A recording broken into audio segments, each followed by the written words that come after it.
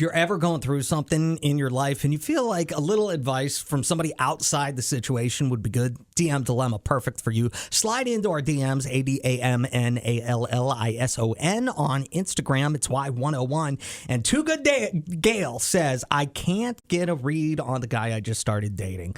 I'm a little guarded because I've been hurt in the past. We met online a few weeks ago, and so far he's dressed well and been a complete gentleman. We just had our 4th date, and as we got back in the car so he could take me back to my place, I really had to use the restroom. He offered to stop at his apartment since it was right by the restaurant we went to. His place looked like he was planning on going back there all along. Ooh. It looked like a furniture store showroom. Paintings on the walls, a wine rack, and candles everywhere. I didn't think much of it in the moment, but my roommate says he's a creep and that no great guy actually has a nice place and takes care of himself. Is this guy too good to be true? 601-995-1017. Do I think he's too good to be true? No.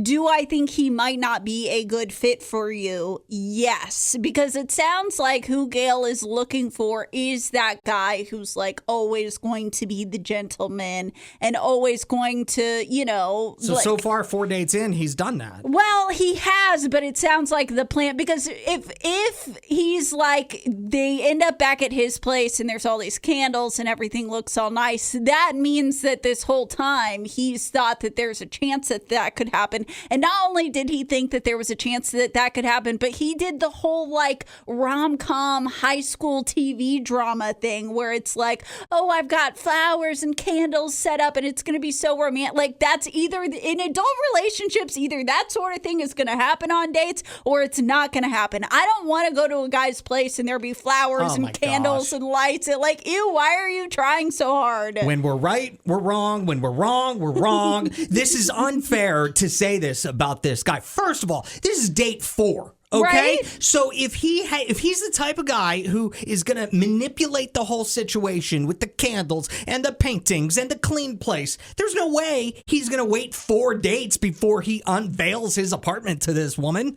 right?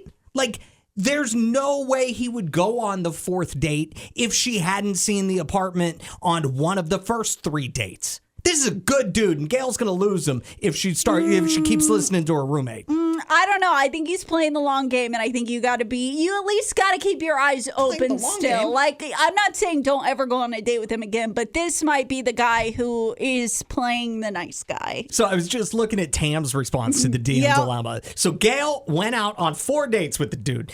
On the 4th date, she had to go to the bathroom. He was about to take her back to her place and drop her off for the night, but he's like, hey, my apartment's closer. If you want to use my bathroom, you can. Whenever she got up there, the place was immaculate. Mm-hmm. Talking paintings on the walls, candles, clean, the whole bit. And she was really impressed until she started talking to her roommate, and it was like, no actual guy is like that. It was all a ruse. He picked the restaurant so it would be close to his place so he could get you back up to his apartment. That was all he had on his mind. 601-995-1017 is our phone number.